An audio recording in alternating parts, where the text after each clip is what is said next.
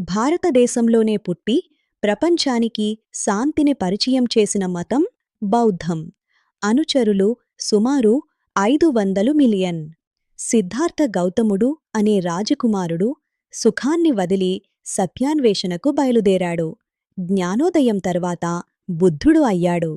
అశోక చక్రవర్తి సహకారం, భిక్షువుల పర్యటనలు మరియు సిల్క్ రోడ్ ద్వారా చైనా, జపాన్, శ్రీలంక వరకు విస్తరించింది.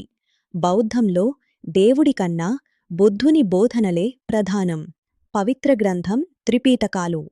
కోరికే దుఃఖానికి మూలం. అష్టాంగ మార్గం ద్వారా నిర్వాణం. బుద్ధ పూర్ణిమ వీరి పండుగ. కాని ప్రపంచంలో అత్యధిక మంది అనుసరించే ఆ మతమేంటో తెలుసా?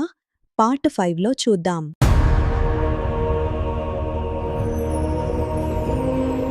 విశ్వగురు